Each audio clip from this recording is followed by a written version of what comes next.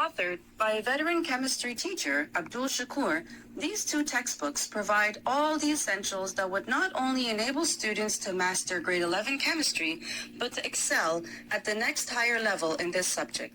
What make these texts unique are their creativity and profundity with which concepts are explained for clarity and mastery.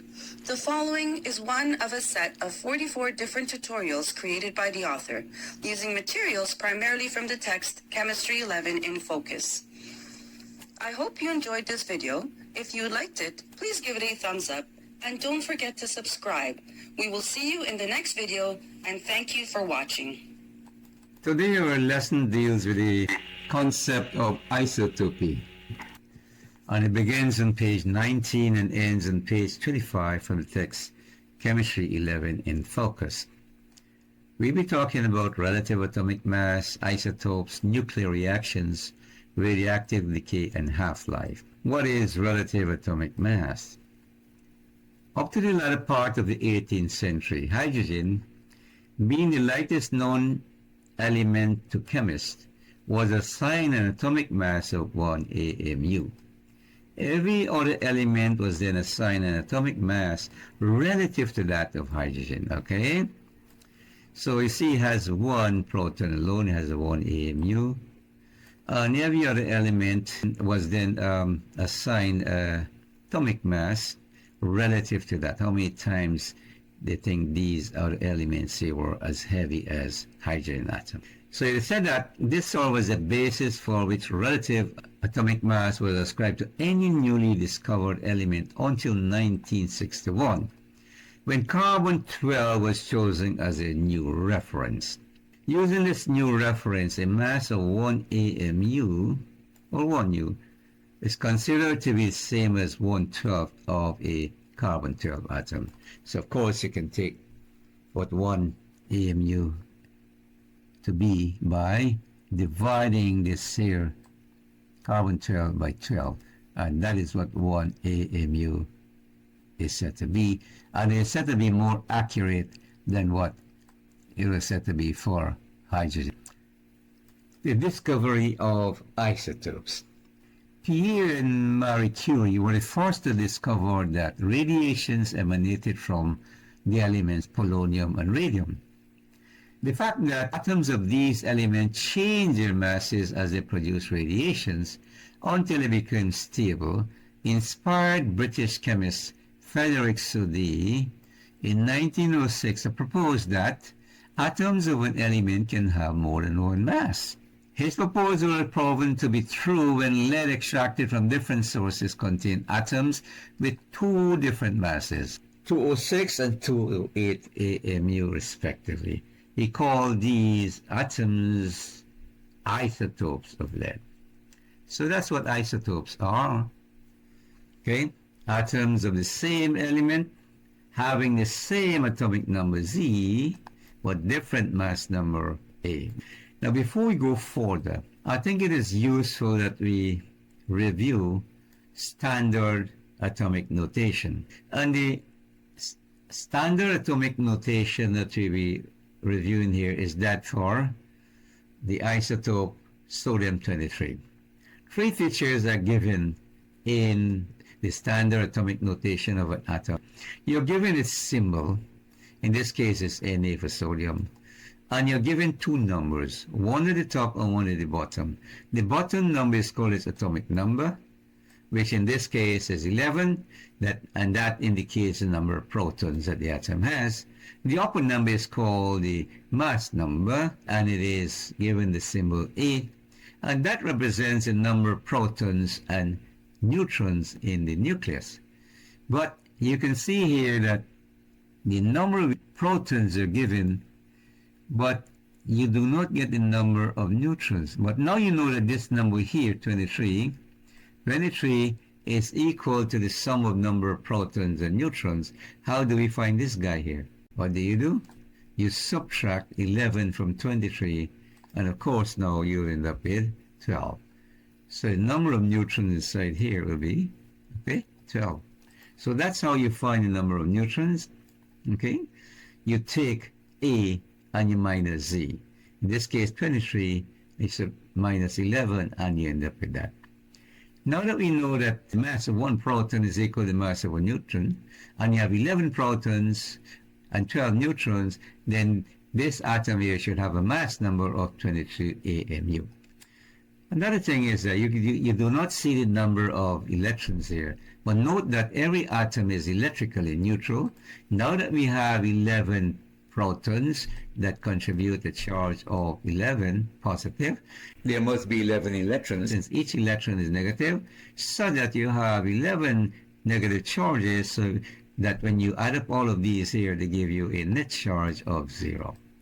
This table here gives us the 3 isotopes of carbon. Here we're receiving carbon-12, carbon-13, and carbon-14.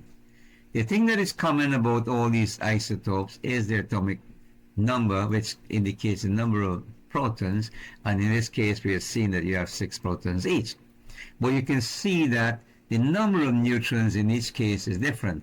We get the number of neutrons by subtracting the atomic number from its mass number. 6 from 12 gives you 6, 6 from 13 gives us 7, 6 from 14 gives us 8. So in these isotopes, it is the number of neutrons that are different, okay? And you can see now, these are their mass numbers here, 12 AMU, 13 AMU, 14 AMU. Another important thing I want you to notice is this. These here are the isotopic abundance. What this is indicating to us is this, that if you were to take any random sample of carbon in nature, and you were to analyze this sample for the various types of isotopes found inside, you find that 98.9% is comprised by carbon-12, that by carbon-13, and that is very small by carbon-14. Note how the lighter isotope is more abundant and the heaviest one is least abundant, all right? Now we're talking about radioisotopes. So what we're seeing here is that the heavy isotopes can either be stable or radioactive. Radioactive means that this atom is so unstable that it can break apart to produce different types of radiation that we were talking about just now, okay? But now scientists are creating their own radioisotopes, and they want to use that in various ways, as in different types of research, for example. We're going to show you now. One is called isotopic labeling, all right?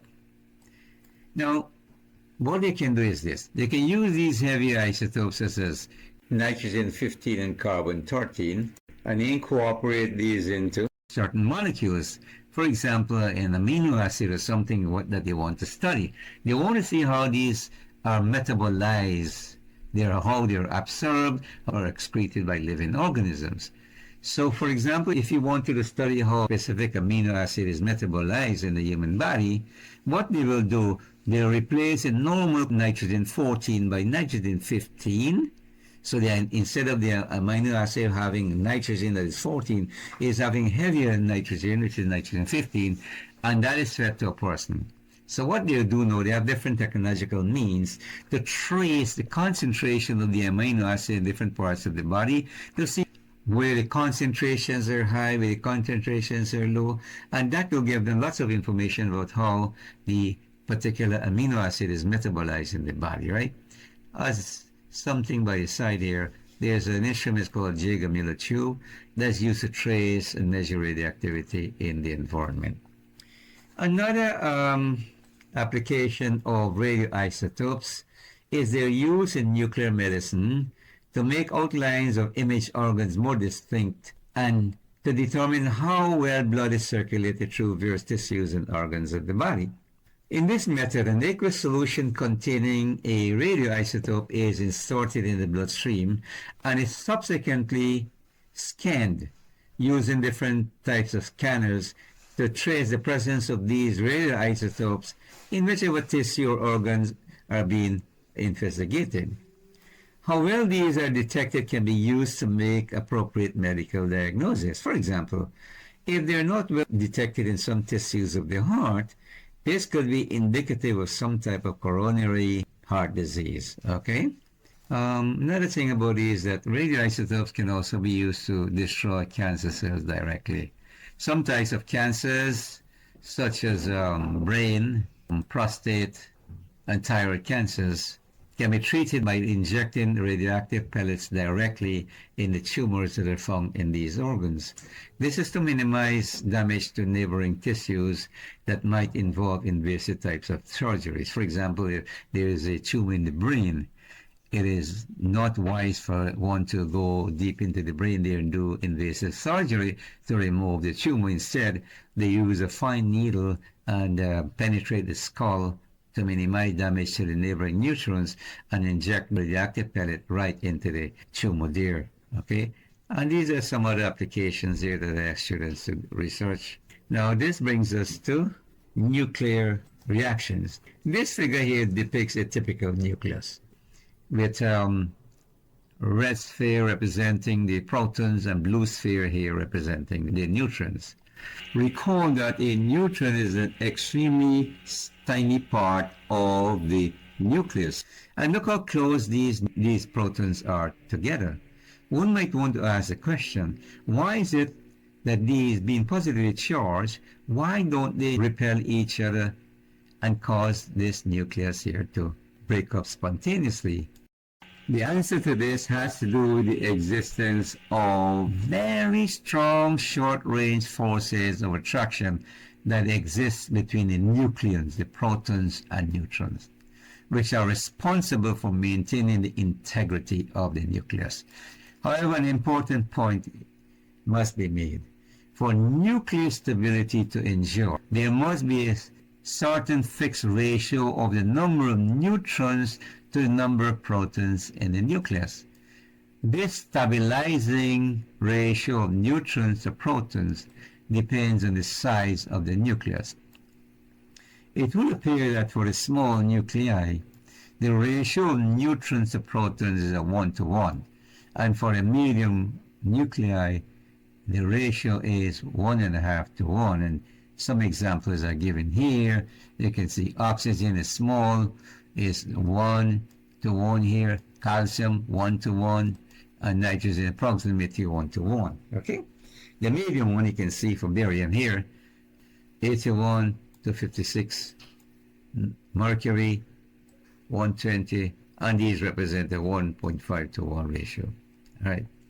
Now, if anything is done to upset this ratio here, by making a number of neutrons, especially for the bigger atoms, bigger nuclei, to offset that ratio by increasing the number of neutrons significantly, it can affect the stability of that nucleus and make it start to undergo what's called nuclear reactions, or what we call radioactive decay. And that's what we'll talk about now. Radioactive decay. When an unstable atom decomposes spontaneously, it is said to undergo radioactive decay. There are three types of radiations that emanate from radioactive nuclei. One is called alpha decay. So the example that is given here is how uranium-238 decays to produce thorium. Note that when these radioactive nuclei undergo decay, they change to a different atom. And for example, in this case, an atom of uranium is changed to an atom of thorium after it produces alpha particle. Let's talk about this alpha particle a little bit now. An alpha particle is a helium nucleus. And a helium nucleus has 2 protons and 2 neutrons. It has a mass of 4 AMU altogether. When this alpha particle escapes, it enters the air. It is said to have poor penetrative power. It can be stopped by your clothes or sheets of paper. But of course, it has the ability to penetrate a gold foil of few atoms thickness. Now, students sometimes encounter difficulty assigning new mass numbers and atomic numbers to the new element that is formed. Now look at this. This new nucleus that is formed here is less than that by an alpha particle. You look at the features of alpha particles. This, it has a mass of 4 AMU. So it means that this guy that is being formed, the new one, will be less than this one here by a mass number of 4. So you'll expect this to have a mass number of 234. All right. Now you can see I inserted here a atomic number of 90. Why is that so? Because when you look at the alpha particle here that's going off there, it has 2 protons. So this new nucleus here will have 2 less protons than the one before. So now we subtract 2 from that. So this is the deal here. Whenever one wants to ascribe new mass number to the new nucleus that's formed when an alpha particle is produced, subtract 4 from that one here and 2 from that one here to get this new atomic number. That is going to be a different number of protons and neutrons now. To find number of neutrons there, you subtract 90 from 34, and what do you get? Same thing like we did before, okay? So this is what is happening. When the nucleus of an atom undergoes alpha decay, it produces a new nucleus here that has these new features here, that is different from the one before. This guy here that is formed now is said to be stable. This one is unstable, so it forms a new nucleus now that is stable. Okay, this process by which the nucleus changes composition is called transmutation. Another type of decay is what is called beta decay. In this case, this happens when an electron is emitted from the nucleus of an isotope. Wow. All the time you've been told that electrons are found outside of the nucleus. How is it that an electron is now emanating from the nucleus? Now this is the deal. Scientists believe that, you know what, a neutron is really a proton plus an electron. So this is what happened. If we change a neutron to a proton, an electron is given off that is energetic, and it comes off of what is called a beta particle.